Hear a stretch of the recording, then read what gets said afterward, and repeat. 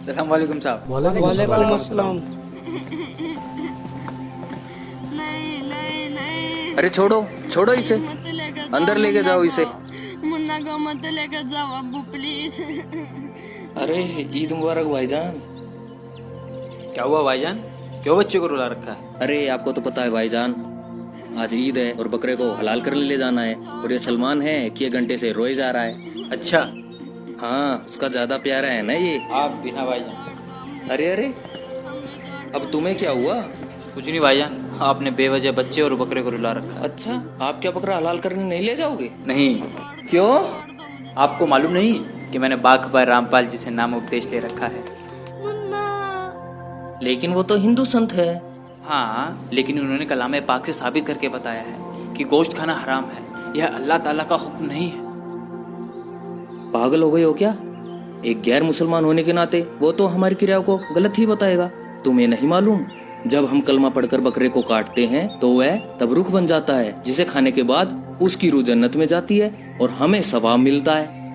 माफ़ करना भाईजान, लेकिन हमारा अल्लाह ताला इतना बेरहम तो नहीं हो सकता कि किसी बेजुबान जानवर को मारने के बाद हमें सवाब दे। अब्दुल ये कैसी बातें कर रहा है तू? तो सही तो कह रहा हूँ भाईजान। यदि कलमा पढ़ते हुए बकरे की गर्दन काटने के बाद उसकी रूह जन्नत में जाती तो क्यों न हम अपनी और अपने बच्चों की गर्दन भी कलमा पढ़ते हुए कटवा देते, क्योंकि कहीं ना कहीं हमारा मकसद भी तो जन्नत में जाना है। ये क्या बकवास कर रहे हो तुम? देखो सबीर भाईजान, हम हर साल ईद के दिन इन मौलाना और काजियों के बहकावे में आकर ना जाने कितने बेजुबानों का कत्ल कर देते हैं और गुनाह के भागीदार हो जाते हैं। क्या हुआ समीर? देखो ना भाईजान, ये अब्दुल क्या बोले जा रहा है। कह रहा है गोश्त खाना हराम है। अबे पागल हो गया क्या अब्दुल? सही कहते हो भाईजान, जब तक मुझे कुरान शरीफ का इल्म नहीं था ना, तब तक मैं पागल ही था। तेरे कहने का मतलब क्या है? लगता है तू भूल गया है, तू एक मुसलमान की औलाद है। अब्दुल तुझे किसी ने बहकाया है। मैं अभी मौलाना साहब को बुला के लाता हूँ। भाईजान मुझे तो लगता है काफिर हो गया है। सही कह रहे हो भाईजान। माफ़ करना भाईजान, लेकिन ये जो हिंदू मुस्लिम की दीवार है ना, यही हमें अल्लाह ताला से लग रखे हुए है। बाघ रामपाल जी कहते हैं कि जीव हमारी जाति है और मानव धर्म हमारा। हिंदू मुस्लिम सिख ईसाई धर्म नहीं कोई न्यारा। बकवास बंद कर अपनी, मजहब छोड़ के काफिर हो गया है तू। नहीं भाईजान, मैंने अपना मजहब नहीं छोड़ा। हाँ, मेरे मजहब में जो गलत चीज़ें थी, जो गलत इबादत थी, वो मैंने छोड़ दी है। बेटा, तुम्हें मजहब के बारे में किसी ने गलत बताया है। तुम मुसलमान हो, मजहब की इज्जत करना सीखो। जनाब, मैं मुसलमान की इज्जत करता हूँ, लेकिन मुसलमान का मतलब होता है मुसल्ले ईमान, जो अपने ईमान पर रहे। और आज का मुसलमान गोश्त खाता है, तंबाकू खाता है, झूठ बोलता है, और तो और मजहब के नाम पर बेजुबानों का खून तक बहा देता है। फिर बात करते हैं मजहब की। क्या यही आज का मुसलमान है? बहुत होगी तेरी बकवास। रुक, तू अभी रुक रुक। आज तो इसको छोड़ूंगा ही नहीं।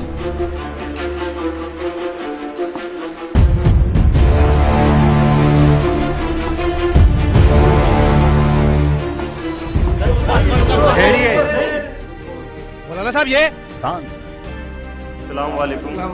वालेकुम अस्सलाम। क्या हुआ बरखुरदार, आपकी क्या मसाद है? एक मुसलमान होते हुए भी आप अपने मजहब की रीतियों को गलत बता रहे हैं। पता है अपना मजहब कितना पाक है? मजहब तो सभी पाक है मौलवी साहब, बस इन मजहब के मानने वालों ने इसकी हमें गलत इल्म दी है, जिसे अब हम सबको मिलकर ठीक करना है। हम सब एक अल्लाह के बंदे हैं और अल्लाह को पाने का रास्ता भी एक ही है।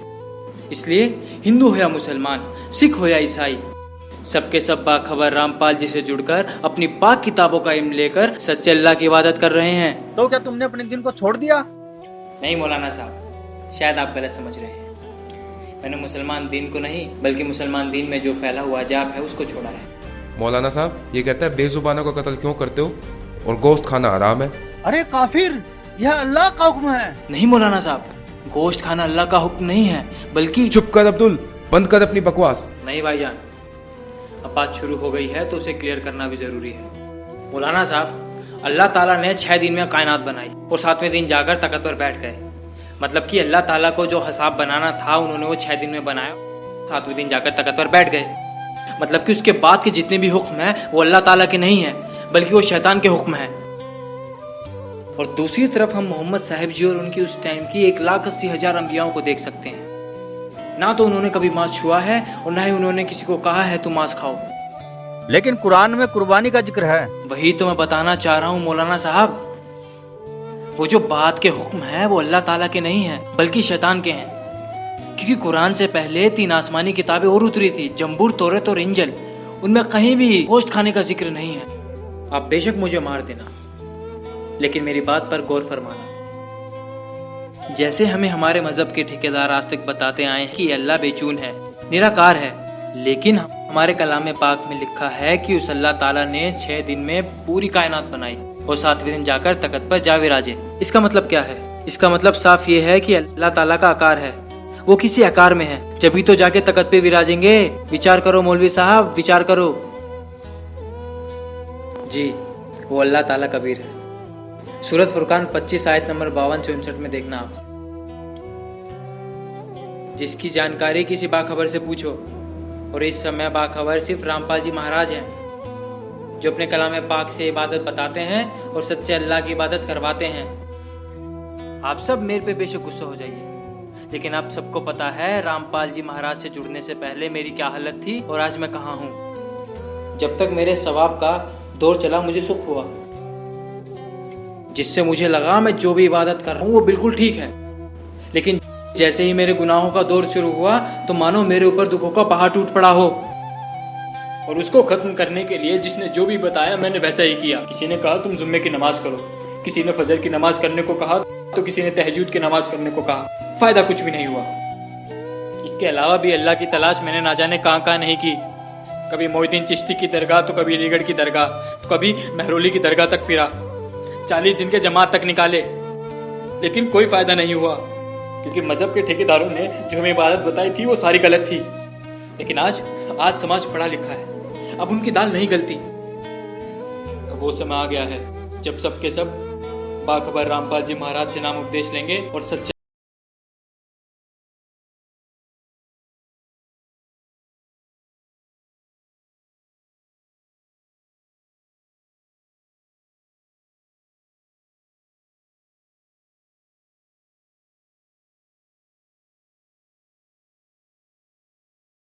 वकालत करते हैं मुसलमान धर्म के प्रवक्ता, मांस खाने की वकालत करते हैं।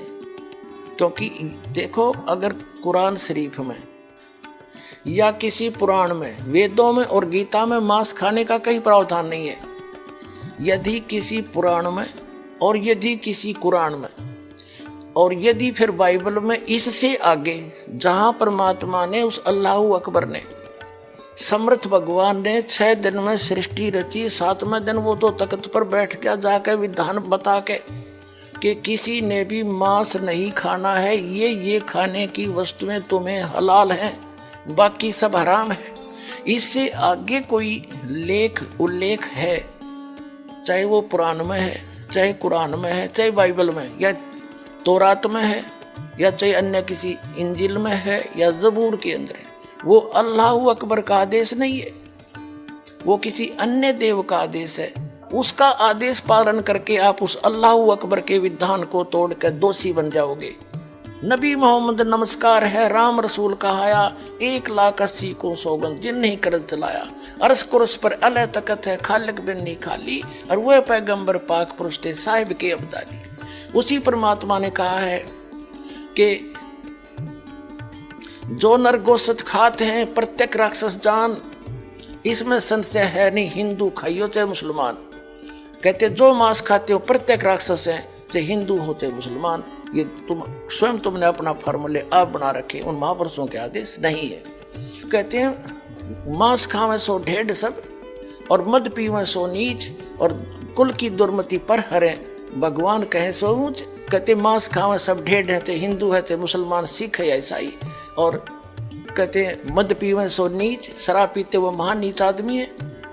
और अपने कुल का भी नाश करते हैं। केवल जो उस अल्लाह अकबर का सच्चा नाम जपते हैं वही ऊंचे हैं। समझदार को संकेत बहुत होता। अब आप जी को दिखाया है परमात्मा नर आकार है, 6 शरीर है, 6 दिन में सृष्टि रची और परमात्मा ने छठे दिन मनुष्य को अपने जैसा, अपने अनुरूप, अपने शरीर जैसा, अपनी सूरत जैसा उत्पन्न किया। नर और नारी करके उनकी उत्पत्ति की और उनको खाने के लिए आदेश दे दिया। अभी आपने पढ़ा, आप फिर भी पढ़ सकते हैं। और आगे फिर वो क्या कहता है देखो। और परमेश्वर ने कहा, नर और नारी करके उनकी सृष्टि की, और परमेश्वर ने उनको आशीष दी। उनसे कहा फूलो, फलो और पृथ्वी पर भर जाओ और उसको अपने वश में कर लो। और समुद्र की मछलियों तथा आकाश के पक्षियों और पृथ्वी पर रेंगने वाले जंतुओं पर अधिकार रखो। यानी उनसे जैसे इंसान ने शेर तक को भी काबू कर लिया, हाथियों को भी बांध लिया, तो इस ऐसे कंट्रोल करने के लिए कहा उन्होंने। आगे देखो फिर परमेश्वर ने उनसे कहा, यानी मनुष्यों को भी, फिर परमेश्वर ने उनसे कहा कि सुनो, जितने बीज वाले छोटे छोटे पेड़, ये मनुष्यों के लिए आदेश है, सारी पृथ्वी के ऊपर हैं, और जितने वृक्षों में बीज वाले फल हैं वे सब मैंने तुमको दिए तुम्हारे भोजन के लिए। मनुष्य के लिए उस अल्लाह ताला का आदेश, अल्लाह अकबर, जिसने 6 दिन में सृष्टि रची, 7वें दिन तख्त पर जा बैठा, वो है अल्लाह अकबर है। वो अल्लाह कबीर है, वो कंप्लीट गॉड है, वो सर्जनहार है, वो क्रिएटर है। उस क्रिएटर का आदेश नहीं है मांस खाने का मनुष्य को, ये पशु पक्षियों को भी नहीं है। आगे देखो, तुम्हारे भोजन के लिए, ये तो मनुष्यों के लिए। आगे देखो, यहाँ आगे हम, और जितने पृथ्वी के पशु और आकाश के पक्षी और पृथ्वी पर रेंगने वाले जंतु हैं, जिनमें जीवन का प्राण है, उन सब के खाने के लिए मैंने सब हरे हरे छोटे पेड़ दिए। और वैसा ही हो गया, यानी घास फूस से। और तब परमेश्वर ने जो कुछ बनाया था वो देखा, तो क्या देखा, वह बहुत अच्छा है। तथा सांझ हुई, फिर भोर हुआ। इस प्रकार ये 6वां दिन हो गया। अब 7वां दिन, यूं आकाश और पृथ्वी और उनकी सारी सेना का बनाना समाप्त हो गया। और परमेश्वर ने अपना काम जिसे वह करता था 7वें दिन समाप्त किया। और उसने अपने किए हुए सारे काम से 7वें दिन विश्राम किया। और परमेश्वर ने 7वें दिन को आशीष दी और पवित्र ठहराया, क्योंकि उसमें उसने सृष्टि की रचना के अपने सारे काम से विश्राम लिया। ठीक, अपने आत्माओं, जो क्रिएटर है, जो सबका रचनहार है, जो अल्लाह अकबर है, जो सुप्रीम गॉड है, उसने 6 दिन में सृष्टि रची, 7वें दिन तख्त पर जा बैठे। उसी के विषय में कुरान शरीफ में स्पष्ट किया है कि ये वही है। कुरान शरीफ का ज्ञानदाता कह रहा है, ये वही अल्लाह अकबर है जिसने 6 दिन में सृष्टि रची, 7वें दिन तख्त पर जा बैठा। यह है सूरत फुरकानी 25 और 604 पृष्ठ पे इस प्रकाशन के। हम पढ़ेंगे नीचे से। ये 51वीं आयत समाप्त हुई, 52वीं प्रारंभ होती है। फला तुतियल काफिरन व जाहिदुम बिही जिहादन कबीरन। ये स्पष्ट लिखा कबीरन, कबीर कहो, कबीरा कहो, कबीरन कहो। इसका और निर्णय करते हैं। ये पवित्र कुरान मजीद से क्लियर होगा। अब पवित्र कुरान मजीद दिखाते हैं आपको। ये यहां से छपी है।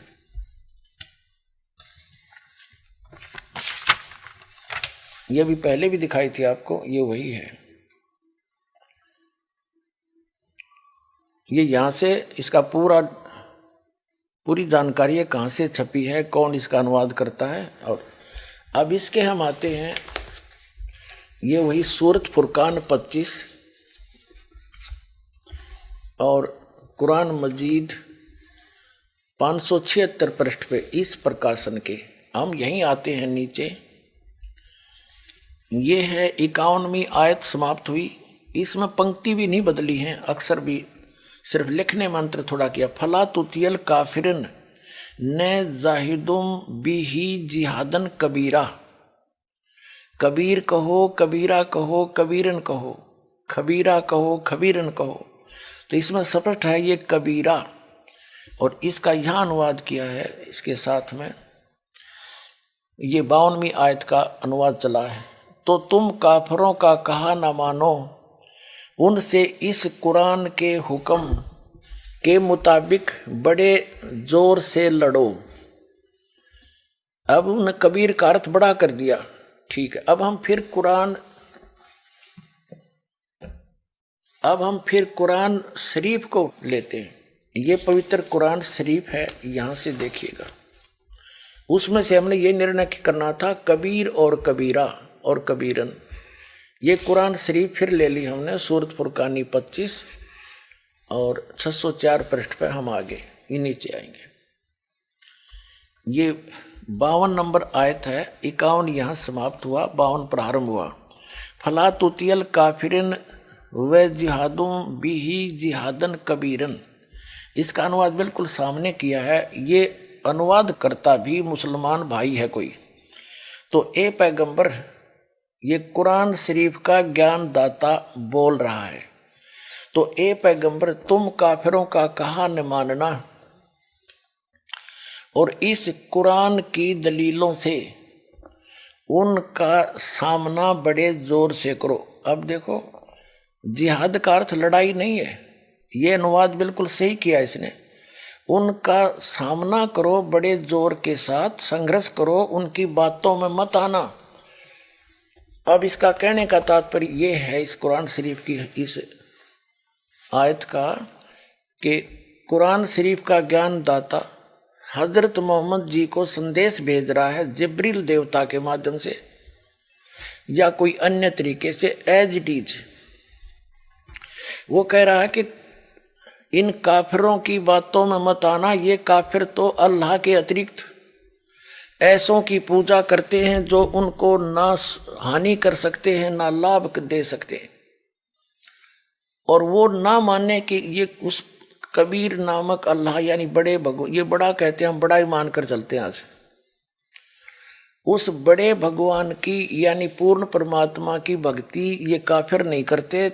आप इनकी बातों में मत आना, सीधी सी बात है। ये आपकी नहीं माने तो आप उनकी बातों में आकर उनके साथ ना हो जाना, उसके लिए संघर्ष करना, चाहे कितना कष्ट उठाना पड़ो। तो वही हजरत मोहम्मद जी ने किया है, इसका अर्थ ये। अब हम देखते हैं अब क्या बताया है, देखिएगा। तो ए पैगंबर, तुम काफिरों का कहा न मानना और इस कुरान की दलीलों से उनका सामना बड़े जोर से करो। ये बिल्कुल सही, इन्होंने कबीर का अर्थ बड़ा कर दिया, ठीक है। कुरान शरीफ का ज्ञान दाता ये भी स्पष्ट कर रहा है कि ये कबीर जो अल्लाह है, अल्लाह कबीर है, ये वही है जिसने 6 दिन में सृष्टि रची और 7वें दिन तख्त पर जा बैठा, जा विराजा। इससे ये सिद्ध होगा आपके समक्ष कि कुरान शरीफ का ज्ञान दाता अपने से अन्य कोई बड़े परमात्मा की महिमा सुना रहा है हजरत मोहम्मद को। इससे ये सिद्ध हो जाएगा कि कुरान शरीफ का ज्ञान दाता अल्लाह अकबर नहीं है। अधिक जानकारी के लिए जगत गुरु तत्वदर्शी संत रामपाल जी महाराज द्वारा लिखित पवित्र पुस्तकें ज्ञान गंगा, जीने की राह, गीता तेरा ज्ञान अमृत, अंधश्रद्धा भक्ति खतराए जान बिल्कुल निःशुल्क मंगाएं। अपना नाम, पूरा पता हमें व्हाट्सएप करें। हमारा नंबर है 7496801823। जगत गुरु तत्वदर्शी संत रामपाल जी महाराज के मंगल प्रवचन अब प्रतिदिन सुनिए MH1 श्रद्धा टीवी पर दोपहर 2 से 3 बजे, सारथी टीवी पर शाम 6:30 से 7:30 बजे, साधना टीवी पर शाम 7:30 से 8:30 बजे, ईश्वर टीवी पर रात 8:30 से 9:30 बजे।